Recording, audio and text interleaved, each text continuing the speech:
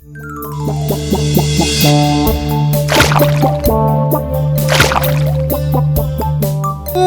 কি গরম পড়েছে, এভাবে শান্তি মতো আড্ডাও মারা যায় না। ঠিকই। ইস, আমাদের যদি আড্ডা মারার কোনো ঘর থাকতো। তাহলে বর্ষাকালেও কোনো অসুবিধে হতো না, তাই না গুলটে মামা? একটা বড় ক্লাব ঘর তৈরি করতে হবে আমাদের, বুঝলি? এভাবে পথে ঘাটে আড্ডা মারা আমারও আর পোষাচ্ছে না। যতই হোক, এত সিনিয়র একজন আড্ডাবিদ এতদিন ধরে এভাবে রাস্তাঘাটে আড্ডা মারছে, এটা যে আমাদের জাতীয় লজ্জা। তুমি আড্ডাবিদ? কেন, গলদপুরের কেলটাবুলার সন্দেহবাতিক বলদ পাঁচু, যে মানুষটি তার সারাটি জীবন আড্ডার জন্য উৎসর্গ করিলেন, উনি কি বীর নন? জয় আড্ডাবীর গুলটে মামার জয়। রে, তোরা সকলে জয় বল, চুপ মেরে গেলি কেন? মানে বলছি জয়। ইয়ে মানে এত তাড়াতাড়ি না ব্যাপারটা হজম হয়নি। বলছি, আড্ডাবিদ গুলটে মামার জয়। জয়। জয়ধ্বনি দিবি নাকি কাজের কথাও বলবি? কাজের কথা? আমরা আবার কাজের কথা কখন বলি? ভেন্ডি, ইডিওস্টিকের মতন কথা বলবি না বলে দিলুম। আমরা এতক্ষণ ধরে কি তাহলে গুলগাপ্পা মারি? মানে ওই সব মিলিয়ে আর কি, কাজ খুব কঠিন টাইপের আকাজ। ঠিক, আমরা কঠিন টাইপের আকাজীয় আলোচনাও অনেক গুরুত্ব সহকারে করিয়া থাকি, এটা ভুলে যাস না ভেন্ডে। এখন তাহলে কি নিয়ে আলোচনা করব গুলটে মামা? ওই যে বললাম, ক্লাব। আমাদের একটু শক্তপোক্ত 2 তলা ক্লাব ঘর কি করে করা যায় সেটা নিয়ে ভাবতে হবে আমাদের, খুব ডিপলি ভাবনা, বুঝলি? বাবা, একেবারে 2 তলা ক্লাব ঘর? ইয়েস, 1 টাইমে 2 তলা ক্লাব ঘর। 2 তলার ইংরেজি কি তাহলে 2 তলা হবে গুলটে মামা? ঘটন, মেইন পয়েন্টিং থেকে কথা ঘুরাবি না বলে দিলাম।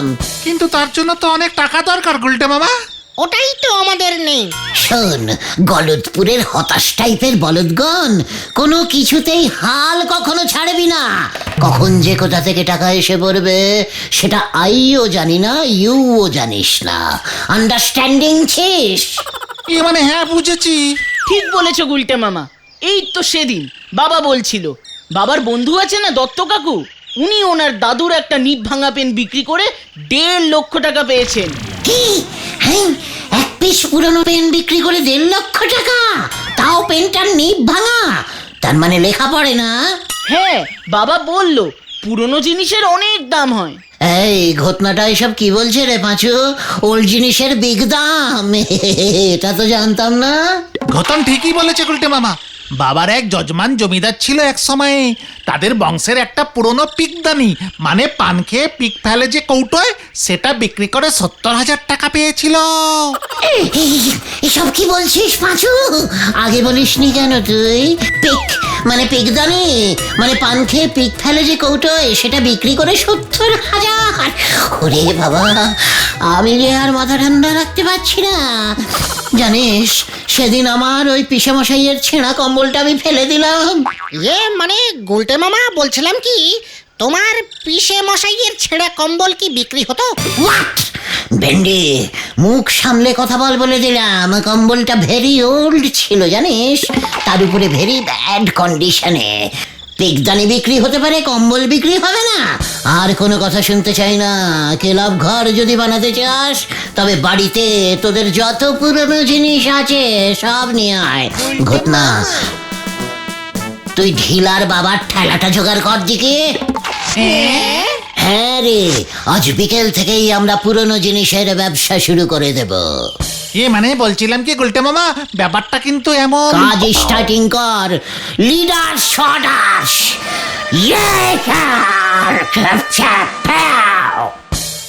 এই ভালো ছেঁড়া জামা আছে, ঘটনার ফাটা প্যান্ট আছে, আমার বাবার ছেঁড়া তাপ্পি মারা পাঞ্জাবি আছে, পায়খানার মগ, ফুটো বালতি চাই, আমার দাদুর বালিশ চাই।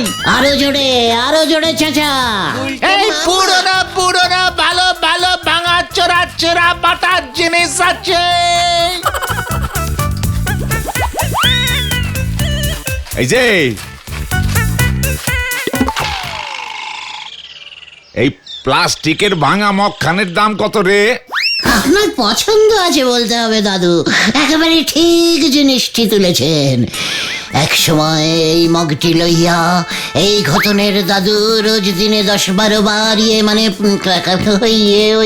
ওই দিকে ওইখানে যেতেন। ভারী সুন্দর, খুব টেকসই, মাত্র 5,000 টাকা দাদু। কি কস? এই ভাঙা মগখানের দাম 5,000 টাকা? ওই তোরা কি সুস্থ আসোস না মস্করা করোস আমার লগে? দাদু, মগটার গন্ধটা একবার শুঁকে দেখুন, তারপর দরদাম করবেন। ঠিক আছে, 15 টাকা না হয় কমই দেবেন। বেআই কাইলা, তুই গন্ধ শোক।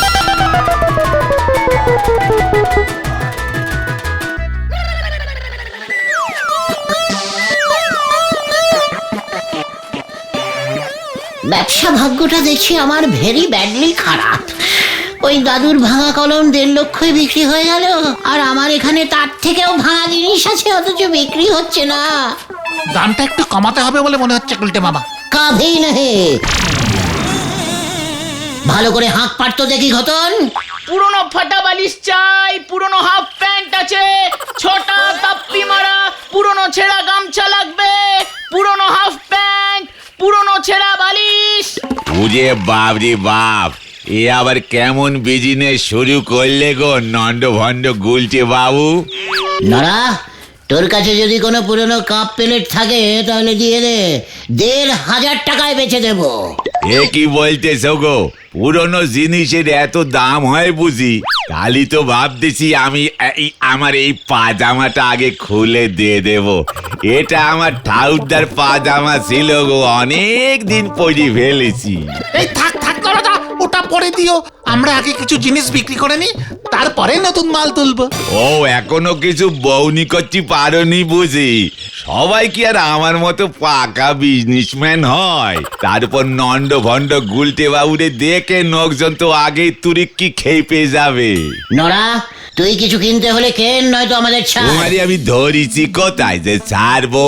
ধারে যদি দিতে পারো তবে এই পাঞ্জাবিটা দিয়ে যাও, এই পাজামাটার সঙ্গে বেশ মানাবে। ওটা পাঁচুর বাবার ষষ্ঠী পুরোহিতের বিখ্যাত পাঞ্জাবি। ওই পাঞ্জাবি পরিয়াই উনি গলতপুরের প্রাচীন নবাব ঢাকেশ্বর খাঁড়ার বিয়ে দিয়েছিলেন, তাই এই পাঞ্জাবি ধারে দেওয়া মোটেই যাবে না। যাবে নে, তালি পরে আমিও তোমার আর ধারে চা দেবো নে। ব্যাস পাঁচু, চল তো এখান থেকে। এসব ক্যালটাবুলাস জায়গায় থাকলে আমার ব্যবসা হবে না। হ্যাঁ, চলো চলো চলো। পুরনো ভালো ভালো ছেঁড়া পাজামা আছে, পুরনো রেডিও আছে, জীবনেও চলবে না, আরো অনেক পুরনো জিনিস আছে। যত সব নন্দ ভন্ড লোকের নন্দ ভন্ড ব্যবসা, হরি বল। ফুটো ছাতা কিনবেন, ভাঙা ঝাঁটা আছে। আরো জোরে বল। এই পাঁচু, তুই চুপ কেন রে? ঘটনার মায়ের পুরনো ভালো একটা জং ধরা বটি আছে। আরে আসুন আসুন, সেল সেল। আসুন আসুন আসুন, সেল সেল সেল সেল। আসুন সেল সেল সেল। আসুন আসুন আসুন, সেল সেল সেল সেল। আসুন আসুন আসুন, সেল সেল সেল সেল। আসুন সেল সেল সেল। পুরনো পাজামা, পুরনো রেডিও, যা জীবনেও চলবে না। আসুন আসুন, সেল। আরে হতচ্ছাড়া ভেন্ডিটা দলবল দিয়ে সব কি বিক্রি করছে? ভেন্ডির বাবার পুরনো দিনের কোট আছে, ঐতিহাসিক কোট। এই কোট পরে টানা 171 টাকা সেরেছিল চন্ডী কাকু। ওই এইসব কি বলছিস তোরা? কেস গন্ডগোল। মেসমশাই, দেখুন আপনার ওই ফাটা কোট এখন নগদ 5,000 টাকায় বেচবো আমরা, বুঝেছেন? এক কোটে 171 টাকায় সেরেছেন, দাম তো উঠবে।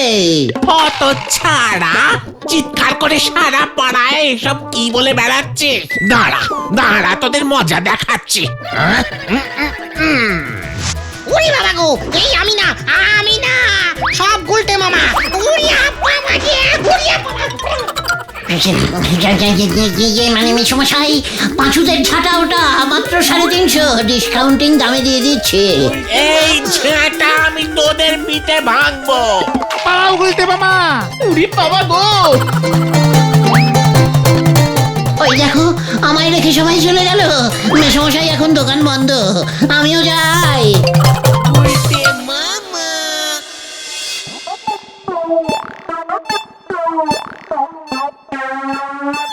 আমি কিছুতেই বুঝতে পারছি না, ওই জমিদার বাবুর পেকদানি 70,000 টাকায় বিক্রি হলে ঘোতনের দাদুর ওই পটিখানার মগটা মাত্র 3,500-এ বিক্রি হলো না কেন? গুলটে মামা, ওই কলম পিকদানি এগুলো বেশি দামে বিক্রি হওয়ার না অন্য কারণ আছে। হোয়াট কারণ?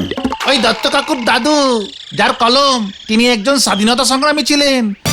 ওই কলম দিয়ে উনি নাকি ওই সময়ের বড় বড় স্বাধীনতা সংগ্রামের নেতাদের জেল থেকে চিঠি লিখতেন। ভেরি ইতিহাসিক। ইয়েস। আর ওই জমিদারের পিকদানিরও তেমনই কেস গুলটে মামা। আর তুমি সেখানে বিক্রি করছে ঘত্তা তাপ্পি মারা ছেঁড়া প্যান্ট আর ভেন্ডির বাবার কোট। বুঝেছি বুঝেছি, জিনিসপত্রগুলো একটু ইতিহাসিক জিনিস হতে হবে। ইয়েস। তাহলে আমাদেরও ওই রকম ইতিহাসিক জিনিসই বেচতে হবে। আমাদের এই গলতপুরে এমন ঐতিহাসিক জিনিস কোথায় আর আছে? সত্যিই তাই। আলবাত আছে, চলে আয় তোরা, ফলো মি।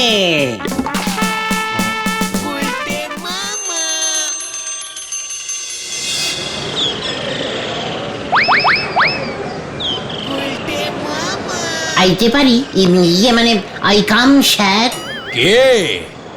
ও উজবুকের দল, তা কি মনে করে? আগে স্যার আপনার ওই চেয়ারটা দিয়ে দিন স্যার, বেচবো। কি? হ্যাঁ স্যার, আপনার চেয়ারটা বেচে দেবো স্যার, ভালো দাম পাবেন। কত পুরনো চেয়ার স্যার, আপনার আগে কত হেড স্যার ওই চেয়ারে বসেছে বলুন তো। আচ্ছা আপনি কত নম্বর হেড স্যার ছিলেন স্যার?